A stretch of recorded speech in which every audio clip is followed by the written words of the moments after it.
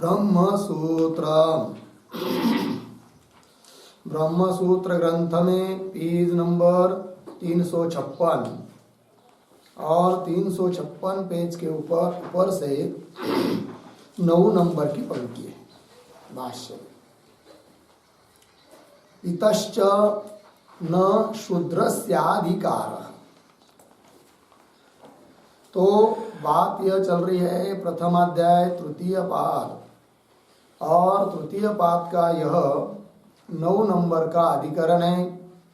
इस अधिकरण का नाम है अपशूद्राधिकरणम, और इस अधिकरण का विचार विषय वाक्य है अह हारेत्वा शूद्र तवैव सह गोभिरस्तु। इस श्रुति वाक्य में शूद्र पद आया है, और वह भी उसके लिए आया है कि जो विद्या प्राप्त करना चाहता था, ऐसा जानश्रुति राजा। तो शूद्र शब्द का प्रयोग है, फिर उसको बाद में विद्या दी भी है। इसका मतलब शूद्र का भी वेद विद्या में अधिकार है, ऐसा प्रश्न उपस्थित होता है। तो इसी बात का निर्णय करने के लिए इस अधिकरण की प्रवृत्ति हुई है कि शूद्र का वेद विद्या में अधिकार है या नहीं। तब पूर्व पक्षी कहता है कि वेद विद्या में शूद्र का भी अधिकार है, श्रुति में शूद्र शब्द का प्रयोग हुआ है। तब सिद्धांतियों ने उत्तर दिया कि भले ब्रह्म विद्या में अधिकार है सभी का, चाहे वो शूद्र हो, मनुष्य हो, देवता लोग हो, ब्राह्मण आदि कोई भी हो, किंतु वेद के द्वारा वेद अध्ययन करने में शूद्र का अधिकार नहीं है। फिर शूद्र को यदि जिज्ञासा हो जाए ब्रह्म प्राप्ति की, तो उसको क्या करना चाहिए? इतिहास पुराण आदि का अध्ययन करना चाहिए या वेद भिन्न वेदांत के ग्रंथों का अध्ययन करना चाहिए, ये बात। अब शूद्र का अधिकार नहीं है, फिर शूद्र शब्द क्यों आया यहाँ पर? तब उसके लिए उत्तर दिया गया था कि शूद्र शब्द यहाँ पर यौगिक है, न कि रूढ़ी। अर्थात जाति शूद्र को, जाति से जो व्यक्ति शूद्र है उसके लिए यह शूद्र शब्द नहीं आया है, अपितु वह राजा शोक कर रहा था, इसलिए शूद्र शब्द का प्रयोग हुआ है। इसका मतलब शूद्र का अधिकार है ब्रह्म विद्या में, वेद विद्या में, ऐसा नहीं कहा जा सकता। दूसरी बात पुनः सिद्ध किया कि वह जानश्रुति राजा क्षत्रिय ही था। कैसा? कल इसका विचार हो चुका है। दूसरी बात क्या कि जानश्रुति राजा क्षत्रिय है, उसके लिए शूद्र शब्द का प्रयोग हुआ, ये बात हो गई। फिर संस्कार, जितने भी विद्या के प्रकरण हैं सभी जगह संस्कार की बात आती है, और शूद्र का संस्कार होता नहीं, उपनयन आदि संस्कार। अतः शूद्र का वेद विद्या में अधिकार नहीं है। इस बात को भी बताया सूत्र 36 में, संस्कार परामर्शात तद अभाव अभिलापाच्य। ठीक है। अब और कह रहे हैं 37 नंबर के सूत्र से, तो उसी की अवतरणिका में भगवान भाष्यकार बोल रहे हैं कि इतश्च न शूद्रस्य अधिकार, इतश्च शूद्रस्य अधिकार न। शूद्र का वेद विद्या में अधिकार नहीं है, उसके लिए यह भी एक कारण है। क्या कारण है भाई? तब आगे बता रहे यत् सत्यवचनेन शूद्रत्वाभावे निर्धारिते जाबालम गौतमः उपनेतुम अनुशासितुम च प्रवृते। ठीक है। तो इस वाक्य के शब्दों का थोड़ा अन्वय, 3-4 शब्द सरल है। यत् सत्यवचनेन शूद्रत्व अभावे निर्धारिते। फिर आगे गौतम, आगे जाबालम, आगे उपनेतुम अनुशासितुम च सरल प्रवृते। ठीक है, अर्थ है कि भाई तो यत् सत्यवचनेन, इसलिए शूद्र का अधिकार नहीं है कि यत् कारण कि सत्यवचनेन, सत्य बोला, उससे पता चला गौतम ऋषि को ये सच्चा बोल रहा है, झूठ नहीं बोल रहा है। अतः ये जरूर शूद्र नहीं है, ब्राह्मण आदि ही कोई होगा। कौन है वो, बात क्या है, ध्यान दीजिए, वो प्रसंग वहां का बताता हूं। तो एक जबाला नाम की स्त्री थी और उसका पुत्र, उसका नाम है सत्यकाम।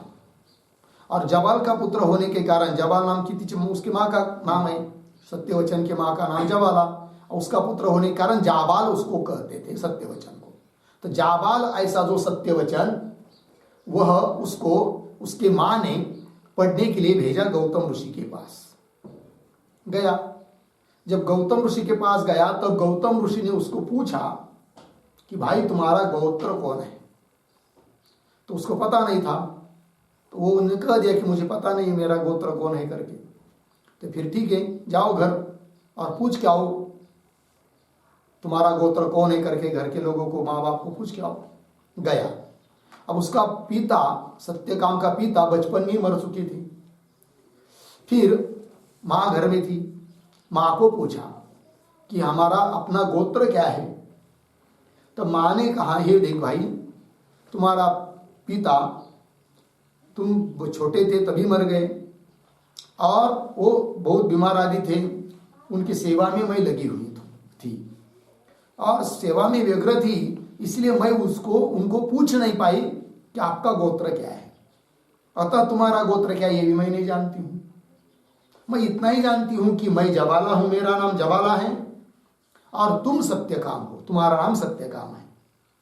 फिर जाओ ऋषि को इतना बता देना कि जबाला का पुत्र मैं जाबाल हूँ, मेरा नाम सत्यकाम है और मैं गोत्र को नहीं जानता। तो ऐसा जब माँ ने कहा तब वो सत्यकाम चला गया पुनः गौतम ऋषि के पास। और गौतम ऋषि के पास जाने के बाद फिर गौतम ऋषि ने पूछा, आया क्या पूछ के तू, तुम्हारा गोत्र क्या है करके।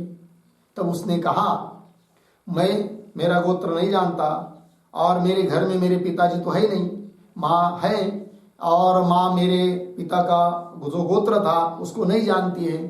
मेरे माँ ने इतना ही कहा कि मैं जबाला हूँ और तुम सत्यकाम हो, और ऋषि जी को बता दीजिए कि मैं जबाला का पुत्र जाबाल सत्यकाम हूँ करके, इसलिए मैं आपके पास पुनः आया।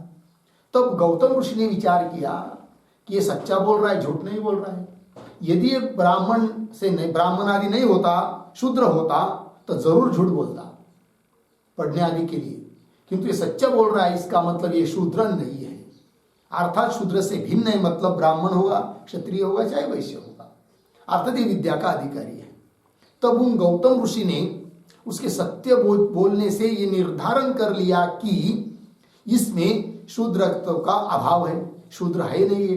तब उसको विद्या पढ़ाई, उपनयन संस्कार भी किए उसके और विद्या भी दे दी। इसका मतलब यह चलता है कि शूद्र विद्या का अधिकारी नहीं है। यदि उनको पता चलता कि ये शूद्र है तो विद्या नहीं देते। जब निश्चय हुआ गौतम ऋषि का ये शूद्र नहीं है, तब जाकर उसको विद्या दी।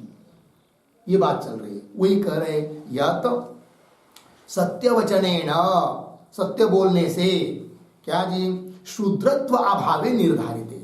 ये जो आया हुआ लड़का है जिसका नाम सत्यकाम है, कि इसमें शूद्रत्व का क्या है, अभाव है, ऐसा निश्चय होने पर निर्धारित सती। फिर गौतम ऋषि जाबालम नाम सत्यकाम को, जाबाल को, जबाला का पुत्र जाबाल सत्यकाम को उपनेतुम, उसका उपनयन करने के लिए, और अनुशासितुम, उसको उपदेश देने के लिए, ब्रह्म विद्या का उपदेश देने के लिए प्रवृत्त हुए। कौन? गौतम ऋषि। आगे, न नैतत् अब्राह्मणो विवक्तुम अर्हति समिदं सौम्य आहर उपत्वा नेष्ये न सत्यात् अगाह इति श्रुतिलिंगात्। वहां की वो उस प्रसंग की ये श्रुति है, छांदोग्योपनिषद 4:4-5। श्रुति के पदों का थोड़ा अन्वय। अब्राह्मणः पीछे, एतत् आगे, विवक्तुम, वाक्य शुरू करना, श्रुति के आप आरंभ में आया ना, न आगे अर्हति, अर्हति हो गया। फिर आगे सौम्य,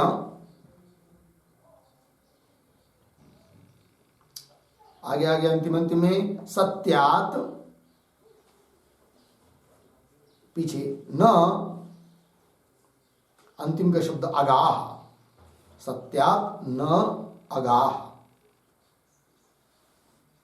फिर पीछे आइए त्वा, उसके पीछे उप, और त्वा के आगे निश्चय, उपनिश्चय, फिर पीछे समिधम, आगे एक शब्द छोड़कर आहर।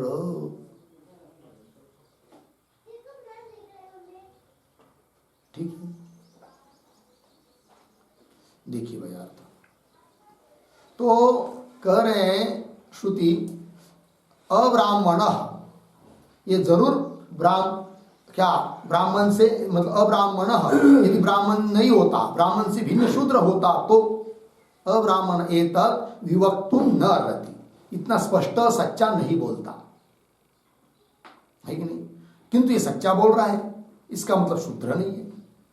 तब कह रहे सौम्य, हे सौम्य, क्या जी, तो सत्यात न अगा, तुम सत्य से विचलित नहीं हुए हो, इसलिए क्या करो, त्वा उपनिषे, तेरा उपनयन मैं करता हूं, जाओ समिधाम, समिधम आहर, समिधा ले आओ, ऐसा बोले कौन, गौतम ऋषि।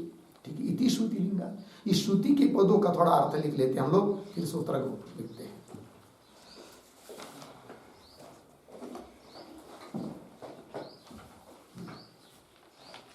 अब्राह्मण, अब्राह्मण बराबर ब्राह्मण भिन्न, ब्राह्मण भिन्न, एतत् बराबर सत्यम, आगे विवक्तुम बराबर विविच्य वक्तुम,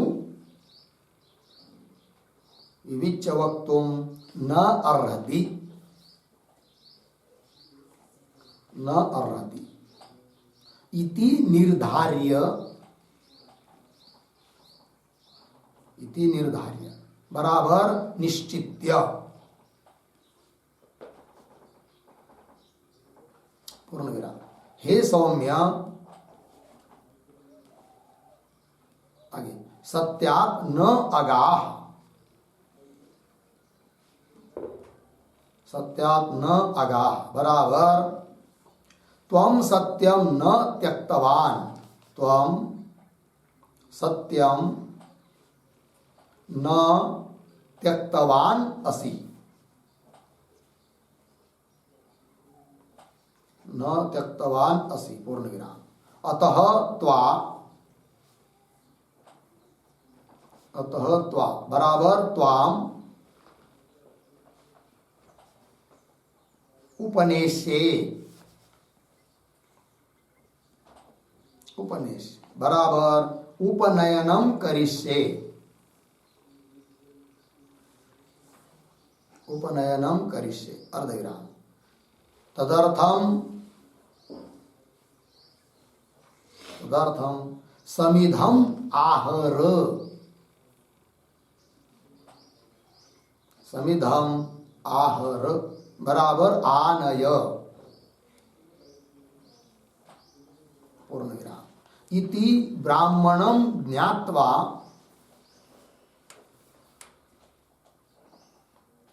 इति ब्राह्मणम ज्ञात्वा गौतमस्य,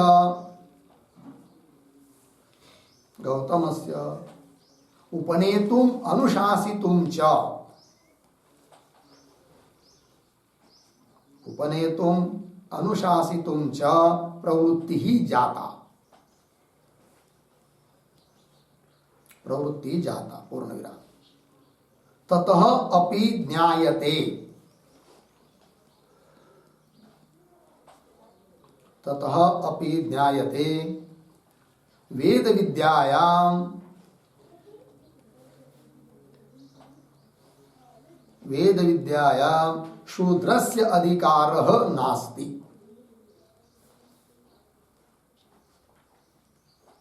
शूद्रस्य अधिकारः नास्ति इति। हो गया, ठीक है। अर्थ लिखिए भाई। अब्राह्मण मतलब ब्राह्मण से भिन्न यदि ये होता तो सत्य काम, ब्राह्मण नहीं होता शूद्रादि होता तो एतत् इस प्रकार का सत्य विवक्तुम विविच्य वक्तुम, सत्य रूप से स्पष्ट नहीं बोल पाता, विविच्य वक्तुम न रति इति निर्धार्य, ऐसा निश्चय करके, हे सौम्य सत्यात् न अगाह, मतलब त्वम सत्यम न त्यक्तवानसि, तुमने सत्य का त्याग नहीं किया। अतः त्वा मतलब त्वाम उपनिष्य उपनयनम करिष्ये, तुम्हारा मैं उपनयन करता हूं। तदर्थम उसके लिए क्या करो, समिदम आहर आनय, ले आओ समिधा। इति इस प्रकार ब्राह्मण ही सत्यवान नाम का कोई विद्यार्थी ब्राह्मण है ऐसा समझकर ज्ञात्वा गौतम की ऋषि की प्रवृत्ति हुई। गौतम से उपनेतुम अनुशासितुम च प्रवृत्ति ही जाता। ततः अपि ज्ञायते, इस कथा से भी जाना जाता है कि वेद विद्या में शूद्र का अधिकार नहीं है। हो गया। आइए अब सूत्र के बारे में भी लिख लेते हैं। सूत्र का भाष्य पूरा हो चुका है, तो क्या उत्तरण सूत्रावतरणम।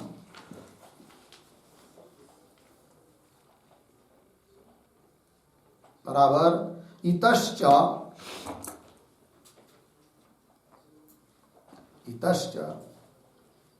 शूद्रस्य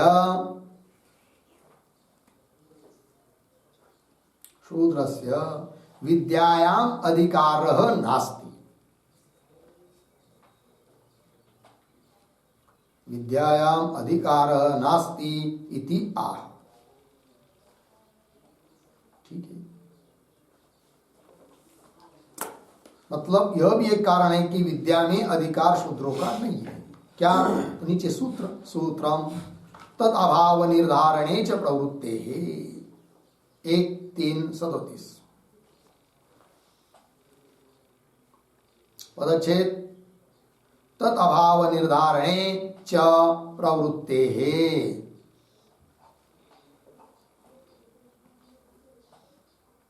पदार्थोक्ति तद अभाव निर्धारणे बराबर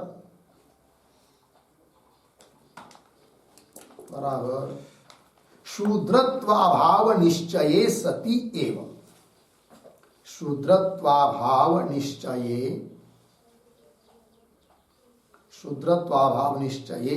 सति एव। पूर्ण विराम कौंस में लिखे, थोड़ा उद्धरण चिन्ह में, सा अहम एतन्न वेद, एतत् न वेद यद गोत्रः त्वमसि, यद गोत्रः त्वमसि अर्धविराम। जबाला तु नाम अहम अस्मि, जबाला तु नाम अहम अस्मि अर्धविराम। सत्य कामो नाम त्वम असि, सत्य कामो नाम त्वम असि अर्धविराम। आगे स सत्य काम एव, स सत्य काम एव जाबालो ब्रुवीथा, ब्रुवीथा जाबालो ब्रुवीथा इति। उद्धरण चिन्ह बंद, छांदोग्य 4:4:2 कौंस बंद। इति श्रुत्या,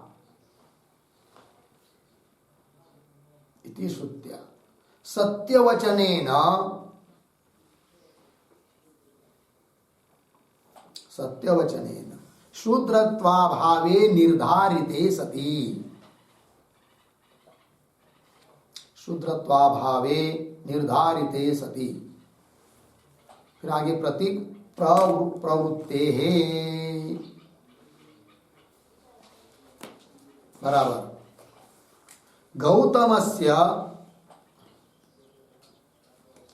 गौतमस्य विद्योपदेशे प्रवृत्ति दर्शनात्, विद्योपदेशे प्रवृत्ति दर्शनात्, पूर्ण विराम, कौंस में लिखिए, नैतत् अब्राह्मणो विवक्तुम अर्हति, नैतत् अब्राह्मणः, नैतत् अब्राह्मणः विवक्तुम अर्हति, उद्धरण चिन्ह बंद, कौंस बंद, छांदोग्य 4-4-5, आगे, इति अनेन, इति अनेन गौतमस्य, गौतमस्य जाबालम, जाबालम बराबर सत्य कामम,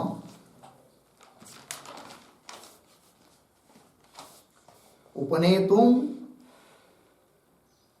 अनुशासितुम च, अनुशासितुम च प्रवृत्तेः दर्शनात्, प्रवृत्तेः दर्शनात्, पूर्ण विराम, आगे प्रतीक च बराबर अपि,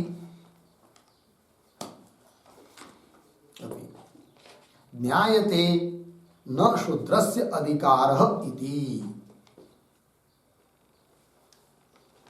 न शूद्रस्य अधिकारः इति, ठीक हो गया, अर्थ देखिए, सूत्र का उच्चारण कर लेते हैं, तद अभाव निर्धारणे च प्रवृत्तेः, तद अभाव निर्धारणे च प्रवृत्तेः, 1-3-37।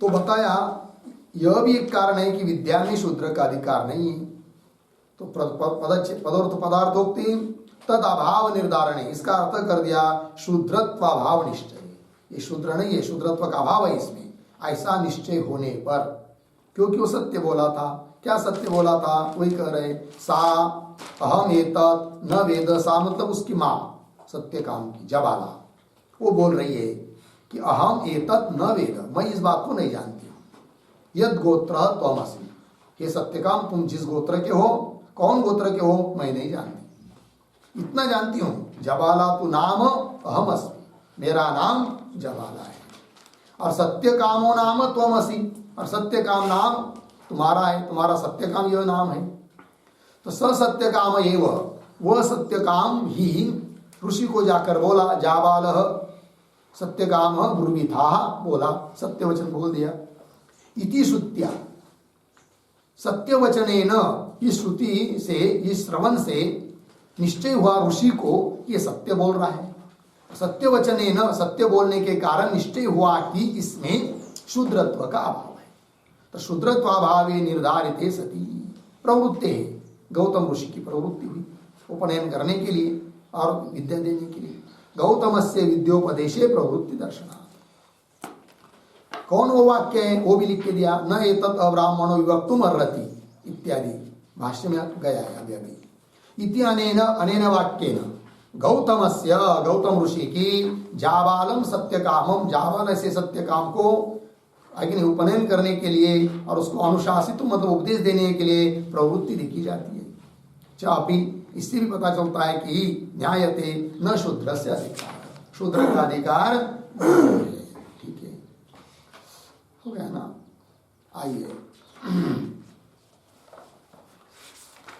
ये हुआ 37 नंबर के सूत्र का विचार, आगे चलते हैं, सूत्र नंबर है 38, सूत्र का उच्चारण कर लेते हैं, श्रवणाध्ययनार्थ प्रतिषेधात् स्मृतेश्च, श्रवणाध्ययनार्थ प्रतिषेधात् स्मृतेश्च, चलिए इस सूत्र के बारे में पहले लिख लेते हैं, उसके बाद उसका भाष्य करेंगे, सूत्रावतरणम बराबर स्मृत्या, स्मृत्या श्रवणादि निषेधात् च, श्रवणादि निषेधात् च शूद्रस्य वेद विद्यायाम अधिकारः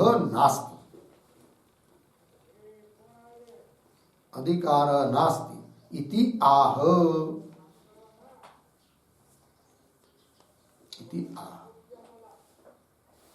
फिर नीचे सूत्र श्रवणाध्ययनार्थ प्रतिषेधात् स्मृतेश्च 1:3:38 पदच्छेद श्रवणाध्ययनार्थ प्रतिषेधात् स्मृतेः च।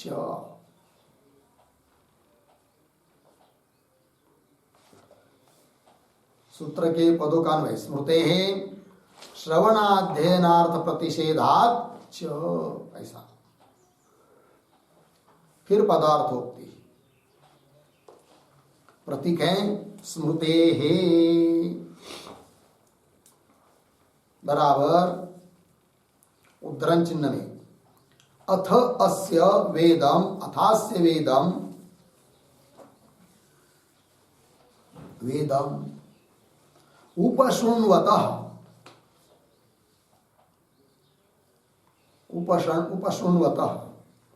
त्रपूजतुभ्याम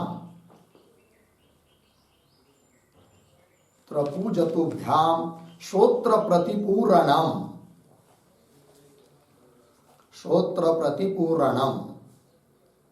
पूर्ण विराम उद्धरण चिन्ह पुनर्ध विराम आगे दूसरी श्रुति दूसरा उद्धरण चिन्ह तस्मात् शूद्र समीपे न अध्येतव्यम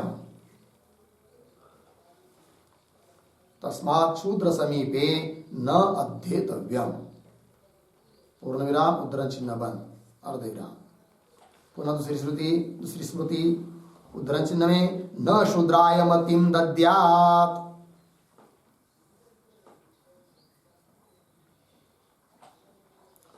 उद्धरण चिन्ह बंद पुनः दूसरे उद्धरण चिन्ह में द्विजातीनाम अध्ययनम इज्जादानम द्विजातीनाम अध्ययनम इज्जा दानम उद्धरण चिन्ह बंद इत्यादि स्मृतितः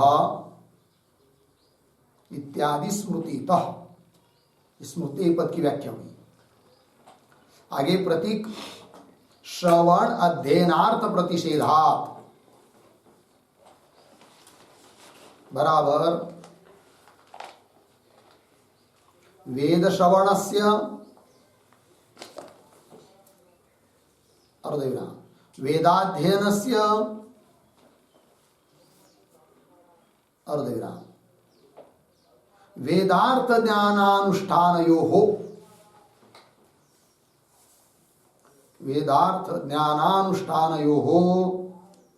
च निषेधात्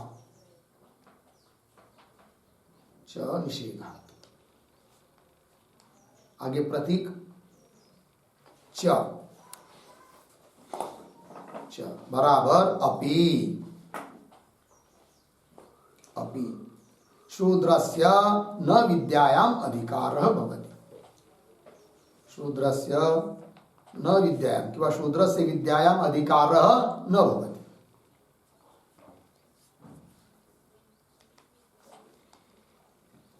शूद्रस्य विद्यायाम अधिकारः न भवति हो गया। देखिए भाई अर्थ श्रुति ने तो निषेध किया ही है, स्मृति ग्रंथों ने भी निषेध किया है शूद्र के लिए श्रवणादि वेद का नहीं करना चाहिए करके, इसलिए वेद विद्या में शूद्र का अधिकार नहीं है। कौन स्मृति है वो तो बताया अतः से वेदम उपशृण्वतः त्रपूजतुभ्याम श्रोत्र प्रतिपूरणम है कि नहीं। यदि कोई शूद्र प्रमाद से या भूल से भी वेद सुन रहा है तो उसके कान में तपा हुआ शीशा और लाख, त्रपु मतलब शीशा और जतु मतलब लाख नहीं होती क्या, वो सिक्का विक्का मारते नहीं, वो पैक करते सील करने के लिए, वो उसके कान भर देने चाहिए, गरम गरम उसके कान में शीशा वो डाल देना चाहिए। ये बताया है। इसका मतलब बिल्कुल मना कर दिया है। और आगे कह रहे तस्मात् दूसरी स्मृति शूद्र समीपे न अध्येतव्यम, शूद्र यदि पास में बैठा हो तो भी ब्राह्मण लड़के ने भी वेद का अध्ययन नहीं करना चाहिए। केवल बैठा है पास में तो भी ब्राह्मण का अधिकार है वेद पढ़ने में, पढ़ रहा है किंतु उसको सुनाई देगा, इसलिए पास में यदि कोई बैठा हो शूद्र तो अध्ययन नहीं करना चाहिए, ये कह रहे। और कह रहे न शूद्राय मतिम दद्या, शूद्र को मति विद्या नहीं देनी चाहिए। और द्विजाति नाम वेद विद्या, वेद के मंत्र का उपदेश नहीं करना चाहिए। इसका मतलब बाकी विद्या भी न देवे, ये उसका मतलब नहीं है। वेद के शब्दों का उच्चारण उससे नहीं होना चाहिए, ये कहना है। और द्विजाति नाम अध्ययन विद्या दानम, द्विजाति जो ब्राह्मण क्षत्रिय वैसे उनके लिए ही अध्ययन इज्जा यज्ञ और दान ये कहा है। ये सब स्मृति भाष्य में आ रही, इसलिए वहां पर उसका अर्थ बताएंगे, लिखाएंगे। इत्यादि स्मृति तो इस स्मृतियों में सब बताया है, निषेध किया है। किस बात का निषेध किया है इन स्मृतियों में? तब कह रहे श्रवण अध्ययन अर्थ प्रतिषेधा, मतलब वेद के श्रवण का निषेध किया है, वेद के अध्ययन का निषेध किया है, वेदार्थ ज्ञान, वेद के अर्थ का ज्ञान प्राप्त करने का निषेध किया है, और वेद के अनुसार जो अनुष्ठान बताए ना यज्ञ आदि का, अनुष्ठान का भी निषेध किया है।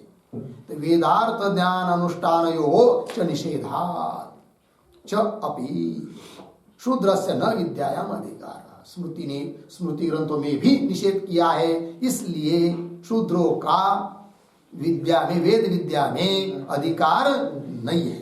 ये बात कह दी, हो गया। देखिए भाई, अब चलिए भाष्य में। इतश्च न शूद्रस्य अधिकारः, यह भी एक कारण है कि शूद्र का वेद विद्या में अधिकार नहीं है। न शूद्रस्य अधिकार, क्या कारण है? तब यत् अस्य स्मृतेः श्रवण अध्ययन अर्थ प्रतिषेधो भवति, ठीक है ना। यह कारण है कि अस्य मतलब शूद्रस्य, शूद्र के लिए स्मृते, स्मृति में बताया है, निषेध किया है। किस बात का? श्रवण अध्ययन अर्थ का, इन सभी बातों का प्रतिषेध भवति, स्मृति में निषेध किया गया है शूद्र के लिए। उसी का स्पष्टीकरण कर रहे आगे। वेद श्रवण प्रतिषेध अर्धविराम, वेद का श्रवण करने का निषेध है, शूद्र ने वेद का श्रवण भी नहीं करना। वेदाध्ययन प्रतिषेध है कि नहीं, श्रवण भी नहीं, और गुरु ने उच्चारण किया उसके पीछे उच्चारण रूप अध्ययन वो भी नहीं, श्रवण भी नहीं और उच्चारण रूप अध्ययन भी नहीं, वेदाध्ययन प्रतिषेध। फिर उच्चारण के बाद अर्थ ज्ञान होता है, या हो सकता है कोई शूद्र बोलेगा कि हम श्रवण नहीं करेंगे और उच्चारण भी नहीं करेंगे, श्रवण अध्ययन नहीं करेंगे, किंतु गुरु ने मंत्र गुरु बोलेंगे भी नहीं, सुनाए हम सुनेंगे नहीं, बोलेंगे नहीं, केवल अर्थार्थ बता देंगे गुरु। तो हम प्रार्थना करेंगे गुरु महाराज तुम क्या करो, वेद का मंत्र का उच्चारण मत करो, उच्चारण न करने से हमको सुनाई नहीं देगा और हम पुनः उच्चारण, हमारे हमसे उच्चारण भी नहीं होगा उस वेद मंत्र का, किंतु उसका केवल अपने भाषा में क्या कर दो, अर्थ बता दो। तो बता दिया कि अर्थ का भी प्रतिषेध, अर्थ भी नहीं जान लेना, और अर्थ के अनुसार अनुष्ठान किया जाता है वो भी नहीं करना। चार ही बातों का निषेध, श्रवण अध्ययन अर्थ ज्ञान अनुष्ठान, सब का निषेध। वही कह रहे हैं वेदाध्ययन प्रतिषेध तद अर्थ ज्ञान अनुष्ठान हो, उसके अर्थ का ज्ञान और अनुष्ठान इन दोनों, इनको इनका भी क्या प्रतिषेध शूद्रस्य स्मर्यते, शूद्र के लिए निषेध किया है स्मृति ग्रंथों में। स्मर्यते मतलब स्मृति ग्रंथ बताते हैं, प्रतिषेध शूद्रस्य स्मर्यते लग गया। तो बोलेंगे कौन स्मृति है वो ग्रंथ, वो प्रमाण वो बताओ ना एक एक हमको। तब कह रहे श्रवण प्रतिषेधस्तावत्, श्रवण का, वेद के श्रवण का भी निषेध किया है। वो कौन श्रुति में? तब श्रुति दे रहे अथ अस्य वेदम उपशृण्वतः त्रपूजतुभ्याम श्रोत्र प्रतिपूरणम इति, ठीक है। इस पंक्ति के थोड़ा शब्दों का अन्वय स्मृति पंक्ति की। अथ वेदम उपशृण्वतः त्रपूजतुभ्याम, पीछे अस्य श्रोत्र प्रतिपूरणम इति, ठीक है ना। वेदम उपशृण्वता, वेद यदि भूल से भी सुन लेता है तो शूद्र, तब अस्य क्या, उसके कान को भर देने चाहिए किससे, त्रपु जतुभ्याम, शीशा और लाख, लाक्षा, लाख, लाह जिसको बोलते हैं उससे। ठीक है, इस पर एक वाक्य लिखते हैं, द्विजैः पठ्यमानं वेदं, द्विजैः पठ्यमानं वेदं प्रमादात्, प्रमादात् शृण्वतः अस्य, शृण्वतः अस्य बराबर शूद्रस्य तप्ताभ्याम त्रपूजतुभ्याम, तप्ताभ्याम त्रपूजतुभ्याम बराबर शीस लाक्षाभ्याम, शीस लाक्षाभ्याम श्रोत्रद्वय पूरणम, श्रोत्रद्वय पूरणम प्रायश्चित्तम कार्यम इत्यर्थः,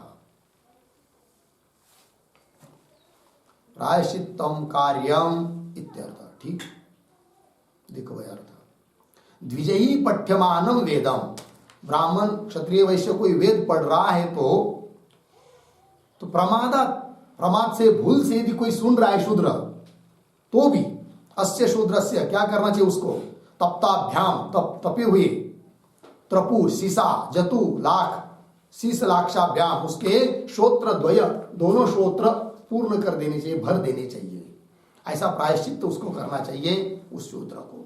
ठीक है, और बता रहे आगे मूल भाष्य में आइए, पद्यु ह वा एतत् श्मशानम यत् शूद्रः तस्मात् शूद्र समीपे न अध्येतव्यम इति च। ठीक है, पद्यु, पद्यु शब्द का अर्थ लिखिए, पद्यु बराबर पाद युक्तम, पाद युक्तम बराबर संचरिष्णु रूपम, संचरिष्णु रूपम, कौन में लिखे संचरणशील,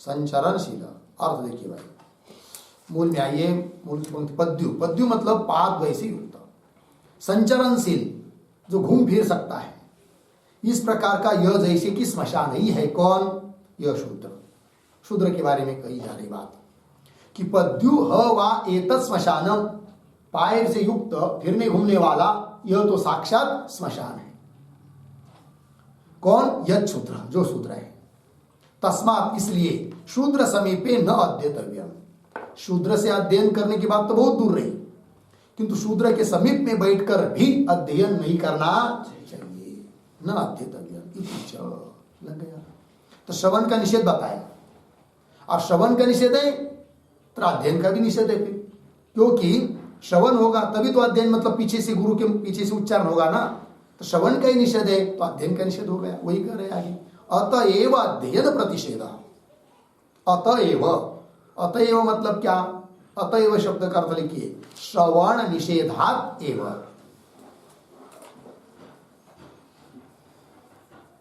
श्रवण निषेधात एव। ठीक, श्रवण का निषेध होने के कारण अध्ययन का भी क्या हुआ, प्रतिषेध अर्थात निषेध। ठीक है, आगे चलिए, इसी को स्पष्ट कर रहे हैं, श्रवण का निषेध होने से अध्ययन का निषेध कैसा हो जाता है। आगे की पंक्ति में, यस्य ही समीपे न, यस्य ही समीपे अपि न अध्येतव्यम भवति स कथम अश्रुतम अधीत। ठीक है, देखो भाई युक्ति कि यस्य ही समीपे, जिसके समीप में बैठकर भी क्या, न अध्येतव्यम, अध्ययन करना नहीं चाहिए, तब ऐसा वो शूद्र सह कथम, उसको सुनाई नहीं पड़ रहा है, उसके समीप बैठकर पढ़ना ही नहीं, अध्ययन नहीं करना है, तो न सुने हुए बात का वो कैसा अध्ययन करेगा, कौन, शूद्र। अध्ययन मतलब फिर से उच्चारण तब करेगा ना जब सुनेगा, जब श्रुत ही नहीं उसको हो रहा है तो पुनः उच्चारण रूप अध्ययन कैसा करेगा? अर्थात अध्ययन का निषेध आपसे आप हो गया। किसका निषेध होने से?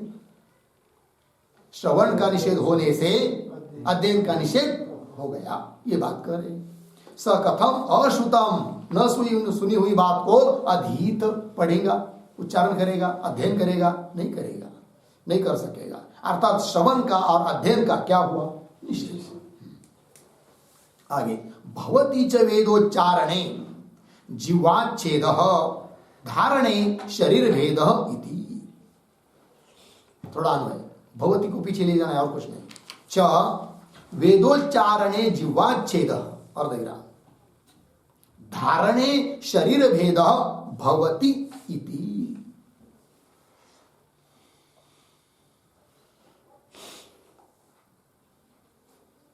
हो गया ना जी?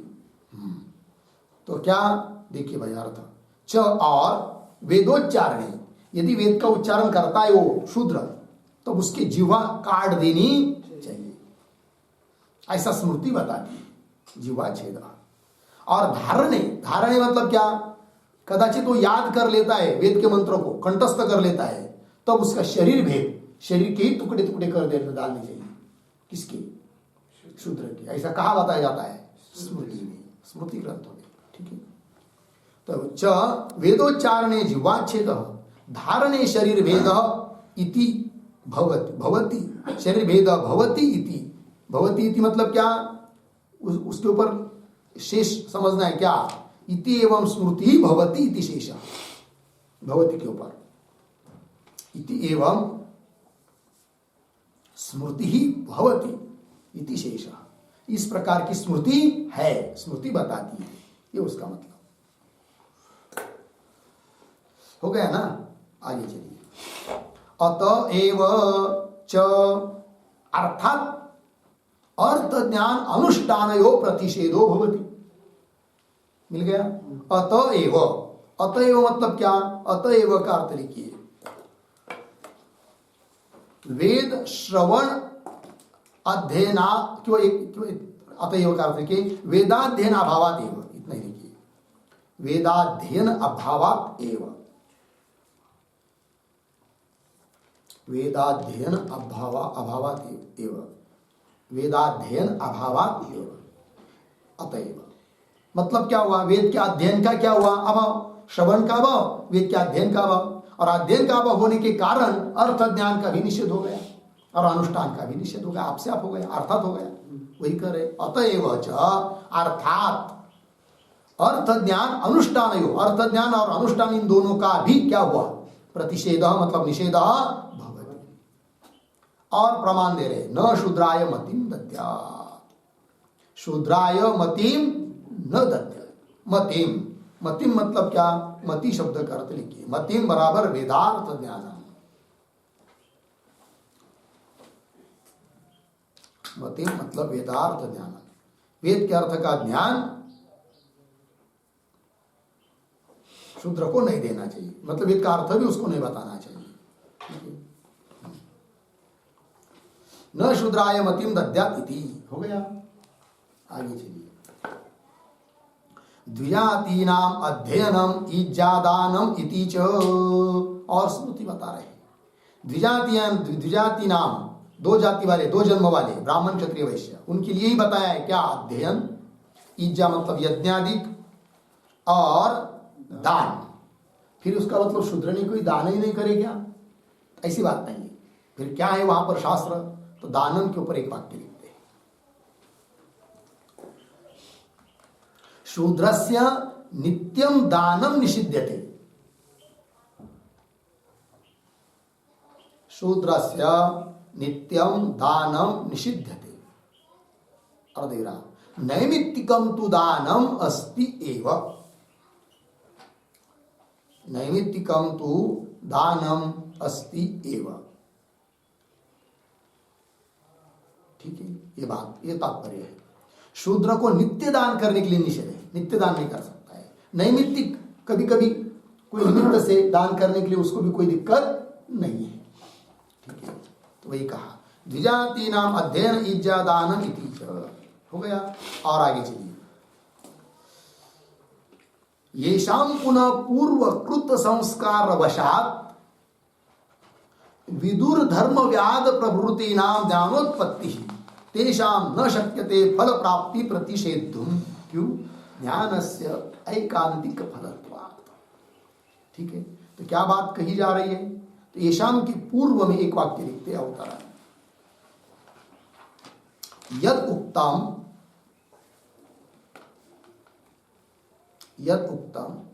विदुरादीनां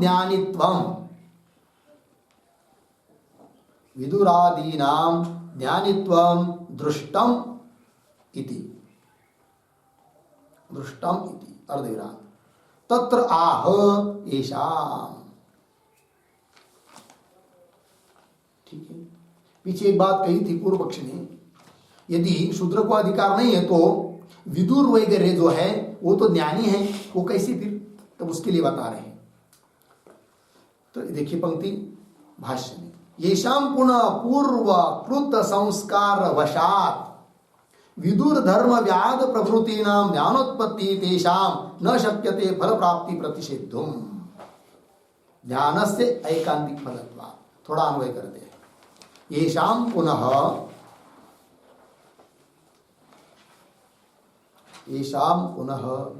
थोड़ा आगे, विदुर धर्म व्याद प्रवृत्तिनां, पीछे पूर्वकृत संस्कार वशात, आगे ज्ञानोत्पत्ति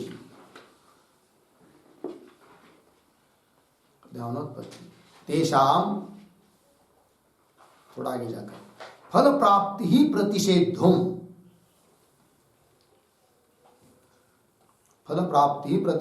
पीछे न शक्यते। आगे ज्ञानस्य ऐकांतिक फलत्वात् हो गया। अर्थ देखिए भाई, तो येषां जिन विदुर धर्मव्याद इत्यादि लोगों को क्या ज्ञान हुआ ऐसा मालूम पड़ रहा है, ज्ञानी थे वो कैसे फिर? तो बताया कि विदुर धर्मव्याद प्रभृति नाम पूर्वकृत संस्कार वशात, उनके पिछले जन्म के कोई संस्कार रहे होंगे। ये बात थोड़ी है कि ऐसा नहीं होता है ना, हो सकता है पिछले के जन्म में कोई ब्राह्मण क्षत्रिय आदि हो, वेद आदि का सब का अध्ययन किया हो, ज्ञान नहीं हो पाया, मर गया, किंतु कुछ कर्म ऐसे भी रहे गलत कि जिसके कारण शूद्र का जन्म हुआ, क्योंकि पीछे के संस्कार के कारण संस्कार जब जग गए तब ज्ञान उनको हो गए। ज्ञान हुआ तो उनको मोक्ष भी होना ही है, क्योंकि ज्ञान का फल मोक्ष निश्चित होता है। वो ऐसा नहीं कि ज्ञान होगा तो मोक्ष हो भी सकता है, नहीं भी हो सकता है, ऐसा व्यभिचारित फल नहीं है ज्ञान का। ज्ञान का फल निश्चित है, कोई भी हो, ज्ञान हुआ मोक्ष मिलना ही है। तो वही कह रहे हैं, तेषां पुनः विदुर धर्मव्याद प्रवृत्ति नाम पूर्वकृत संस्कार वशात, पूर्व में कभी के संस्कार रहे होंगे, उसके अधीन, उसके बल पर ज्ञानोत्पत्ति, ज्ञान उत्पन्न हुआ हो, तो तेषां उन विदुर आदि को भी फल प्राप्ति, मोक्ष रूप फल प्राप्ति ही प्रतिषेधुम न शक्यते। उस फल प्राप्ति का प्रतिषेधुम मतलब निषेध कर तुम न शक्य, निषेध नहीं कर सकते। ज्ञान हुआ तो मोक्ष होगा ही। क्यों दे रहे? ज्ञानस्य ऐकांतिक फलत्वात्, ज्ञान का फल अविविचरित होता है। ऐसा नहीं कि ज्ञान हुआ फल हो भी सकता है, नहीं भी हो सकता, ऐसा होता नहीं है। ये बात हो गई। फिर आगे चलिए, या श्रावयेत् चतुरो वर्णान, मिल गया। उसके पूर्व में एक वाक्य लिखते हैं उत्तरांत,